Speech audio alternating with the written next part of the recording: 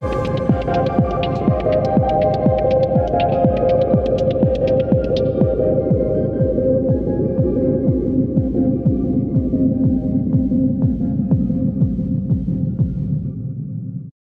tout le monde, retour de ce format, un format dédié à ces films incompris, sous-estimés, voire même souvent massacrés par la critique. De Spider-Man 3 à Alien Covenant, en passant par La Guerre des Mondes, en passant par Speed Racer, bref, on a déjà fait pas mal d'éditions de ce format-là, où je réhabilite ces films que j'ai trouvés bons, voire très bons, voire parfois même géniaux, mais qui n'ont pas eu le même consensus et qui ont souvent été globalement très mal reçus par le public ou par la critique. Et bien souvent par les deux. Alors que pour moi, c'est un film qui a des qualités qui auraient largement mérité d'être plus signalées à l'époque, même aujourd'hui. Et on le voit d'ailleurs, parce qu'il y a 2 mois, j'ai parlé de Alien Covenant, j'ai l'impression qu'il est quand même bien réhabilité en ce moment. Bref, aujourd'hui, je vais vous parler d'un film qui a quand même largement divisé. Et ça n'a rien d'étonnant parce qu'on l'a tous reçu avec énormément d'affect, je pense. Je pense que vous n'avez pas compris, Le Hobbit, un voyage inattendu.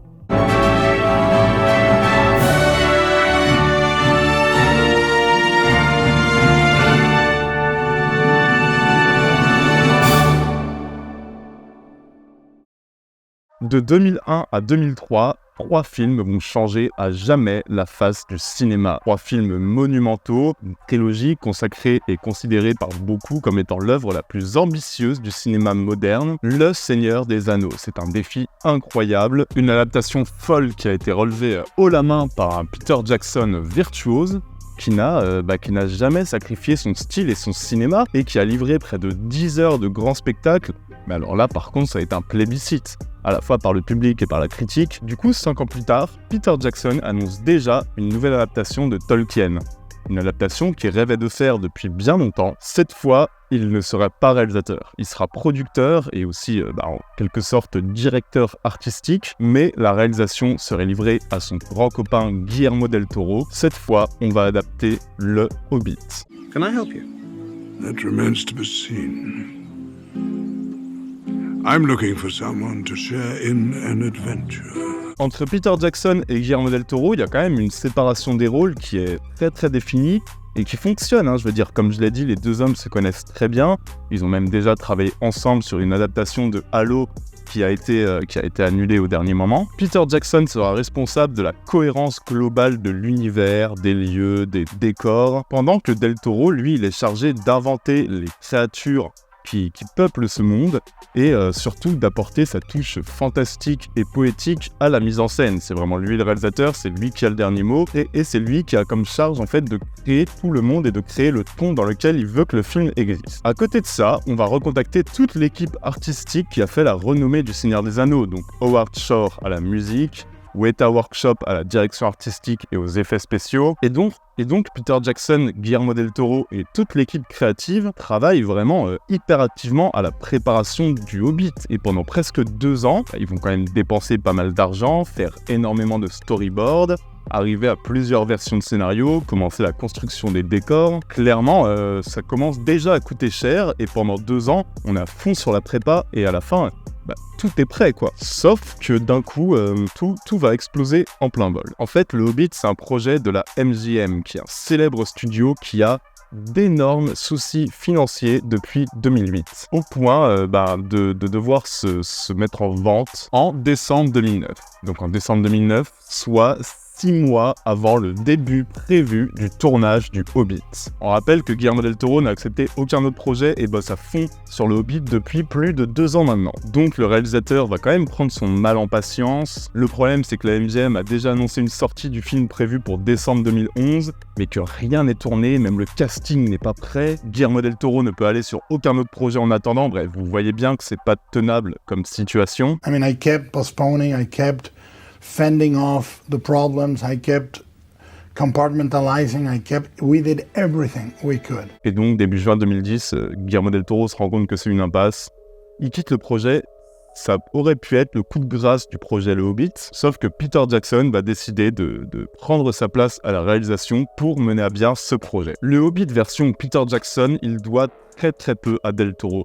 Parce que, en fait, faut vous dire, pour expliquer un peu, là où Peter Jackson avait mis vraiment des années pour préparer parfaitement Le Seigneur des Anneaux. Là, il a que quelques mois pour recréer entièrement l'univers du Hobbit. Mais vous allez me dire, mais attends, Louis, il y avait déjà des concept art, il y avait déjà des storyboards. Ouais, en fait, tout ça, ça dégage. Peter Jackson adore ce qu'a fait Guillermo del Toro, mais en fait, il part du principe que personne ne peut faire du Guillermo del Toro, sauf Guillermo del Toro. Et la condition pour qu'il reprenne le Hobbit, c'est que le Hobbit soit un vrai film de Peter Jackson. Il va donc tout réadapter, l'histoire, le format, les créatures, la vision entière du projet, et tout ça en quelques mois, en ne gardant que quelques idées de son collègue, qui sera quand même crédité en tant que co-scénariste. Dans de telles conditions, difficile d'avoir confiance en un projet tel que le Hobbit.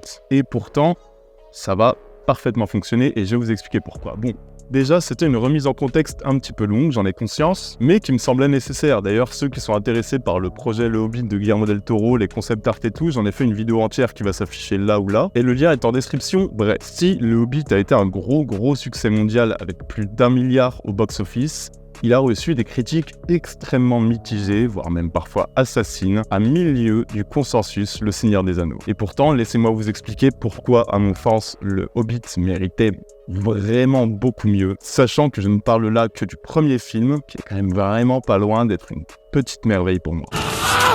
Wait! My precious! Wait! Pourquoi je parle que du premier film? Parce que le deuxième a ces moments de bravoure qui sont perdus à mon sens au milieu de séquences trop inégales, et le 3 est profondément imparfait et fait trop de choix douteux à mon sens. Mais bref, le premier film rivalise sans mal avec Le Seigneur des Anneaux pour moi. Dès cette introduction qui est hyper bienvenue, dès cette longue présentation du contexte initial, on place d'emblée le film dans le genre du conte initiatique qui se transmet de génération en génération. L'occasion pour nous de retrouver Ian Holm et Elijah Wood le temps d'une séquence qui nous présente clairement le reste du film comme une des nombreuses mythes et légendes de la Terre du Milieu. Puis ensuite, le récit commence, on découvre le jeune Bilbon, on découvre un petit peu toute la nouvelle compagnie des nains, l'univers de la Terre du Milieu qui est filmé d'une manière radicalement différente du Seigneur des Anneaux, on va y revenir. Et dans cette introduction, qui s'étire vraiment, j'aime le fait que Peter Jackson prenne son temps.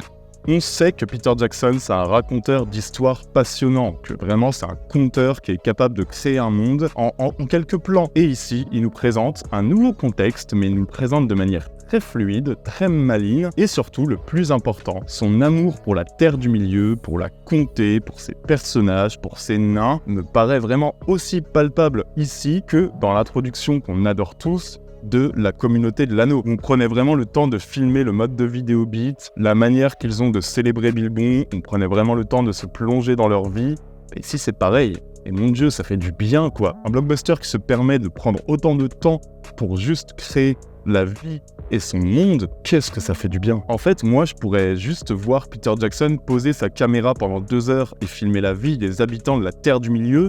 Je trouve que ce cinéaste est tellement passionné par ce qu'il filme que ça réussirait à me transporter. Et dans un blockbuster américain, un cinéaste aussi amoureux de l'univers qu'il met en place, ça fait toute la différence. Here, Mr. Bilbo, where are you off to? Don't stop, I'm already late. Late for what? I'm going on an adventure. Surtout que le Hobbit permet à Peter Jackson toutes les folies visuelles. Parce que si Le Seigneur des Anneaux était plutôt une sorte de grande fresque épique et plutôt sombre avec énormément d'enjeux, le Hobbit, les amis, c'est un conte. Et à partir de là, il n'était pas question pour Peter Jackson de reprendre bêtement la réalisation qu'il avait mis en place pour Le Seigneur des Anneaux et d'appliquer tous ces tics-là au Hobbit. Ça n'aurait eu aucun sens. Du coup, on va travailler une nouvelle colorimétrie. On va mettre en place des éclairages plus fantastiques, des couleurs plus saturées. On va profiter de toutes les nouvelles technologies, notamment les décors numériques, pour permettre à Peter Jackson de faire évoluer sa mise en scène vers vraiment d'autres intentions que Le Seigneur des Anneaux. Par exemple, on va plus vraiment ressentir la gravité de la caméra qu'on sentait vraiment sur Le Seigneur des Anneaux. Ici, elle est tout entière dédiée à la construction de l'univers. C'est mobile, c'est vraiment hyper mobile, ça se balade dans chaque décor, ça explore chaque recoin de l'univers, et un univers qui profite quand même d'une production design incroyable. Avec ce mélange de décors construits et de décors améliorés entre guillemets en images de synthèse, ça donne quand même un résultat dans lequel on a complètement envie de se plonger dans lesquels on a envie de se balader des heures. Je veux dire, la Terre du Milieu, on a envie de vivre dans cette Terre du Milieu. Tout y est hyper vivant, avec une variété de lieux fascinantes, des cavernes des gobelins jusqu'à le retour à Hong Kong, jusqu'au retour à la comté. Je trouve que l'amour de Jackson pour son monde est vraiment très palpable dans le Hobbit, et la photographie est réellement sublime, et surtout remplie d'intentions visuelles, de cette scène qui est merveilleusement éclairée à la bougie lors d'un chant au coin du feu, jusqu'à ce clair-obscur qui domine la séquence impeccable de Gollum. Vraiment, je trouve que dans ce premier épisode du Hobbit, l'intelligence de la mise en scène que déploie Peter Jackson n'a rien à envier à l'intelligence et l'ampleur qu'il balançait dans Le Seigneur des Anneaux. Cut off his head!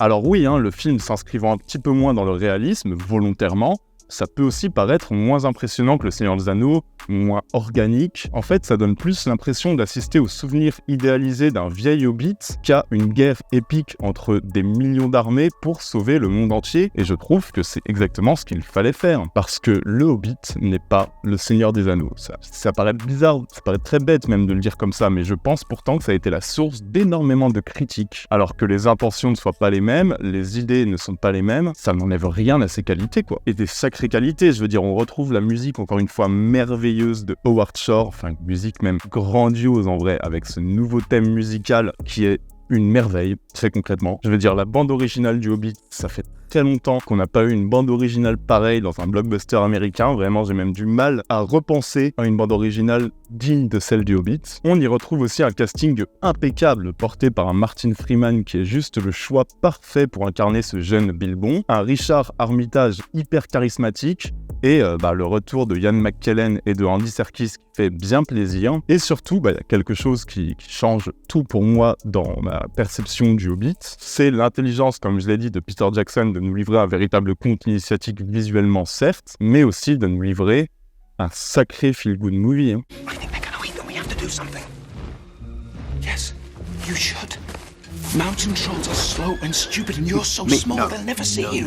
Revoir le Hobbit, c'est se plonger dans 2h40 de légèreté, de tendresse, qui font que franchement, t'en ressors avec le sourire, quoi. Passer cette introduction volontairement étendue et très maligne qui pose à merveille un univers si familier et pourtant tout nouveau, on retrouve le sens de l'exotisme, le souffle de l'aventure, une aventure qui a aussi l'intelligence d'être à moins grande échelle que Le Seigneur des Anneaux, ce qui lui permet de nous raconter une histoire qui est plus intime, plus personnelle, et de nous livrer des séquences entières et magnifiques de 30 minutes qui peuvent durer, parce qu'en soi, il n'y a pas tant de choses que ça à raconter. Donc on peut prendre le temps de poser 20 minutes pour filmer un face-à-face entre Bilbon et Gollum. On peut prendre le temps et le luxe de faire étirer des séquences qui apportent énormément à l'univers, en fait, qui rendent l'univers très tangible, très concret et très vivant, parce qu'il n'y a pas 1000 péripéties dans le Hobbit, et du coup, chaque péripétie est parfaitement mise en valeur par Peter Jackson. On peut vraiment avoir ce luxe de prendre son temps pour filmer ce qui mérite de prendre son temps pour être filmé. En ce sens, la scène entre Gollum et Bilbon, c'est vraiment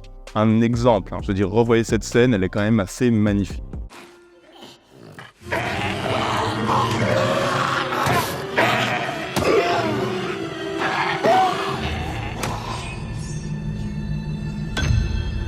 Et même si on prend le temps de livrer des séquences entières durant de longues minutes, c'est un film qui reste pas avare non plus en scènes impressionnantes. Je veux dire, on a quand même les géants de pierre, on a la découverte du royaume des gobelins, mais en fait, Peter Jackson fait du Hobbit un pur voyage à travers les yeux d'un enfant, d'un Hobbit qui, comme nous, découvre tout un nouveau monde et le découvre de manière légère, burlesque, voire parfois drôle, tout en distillant quand même un ton légèrement nostalgique et mélancolique, puisque c'est quand même les souvenirs d'un vieux monsieur qui se rappelle à quel point il était jeune et fringant quand il est parti à l'aventure, et tout en se permettant de poser des enjeux très puissants, le temps d'une chanson au coin du feu. Alors oui, plusieurs péripéties du Hobbit n'auraient pas eu leur place dans Le Seigneur des Anneaux, et c'est bien normal, et c'est tant mieux, c'est pas le but. On est sur l'adaptation d'un bouquin écrit de manière bien plus enfantine par Tolkien, et Peter Jackson parvient à en livrer un grand spectacle dépaysant, malin, extrêmement novateur dans sa mise en scène, j'insiste là-dessus, même si on devine et on sait que ça implique de tourner beaucoup plus en studio que Le Seigneur des Anneaux, une chose qui a profondément déplu, et on le sait, au cinéaste lors du tournage,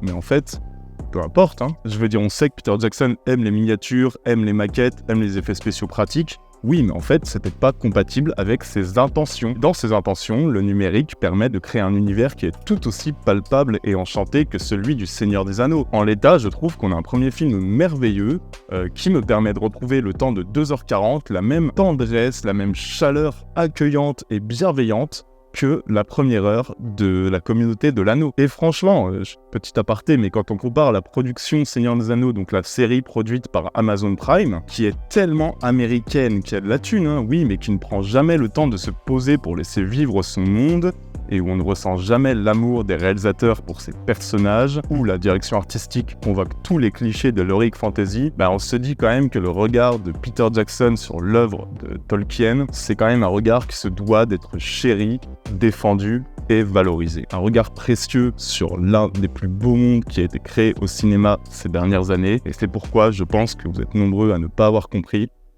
Le Hobbit.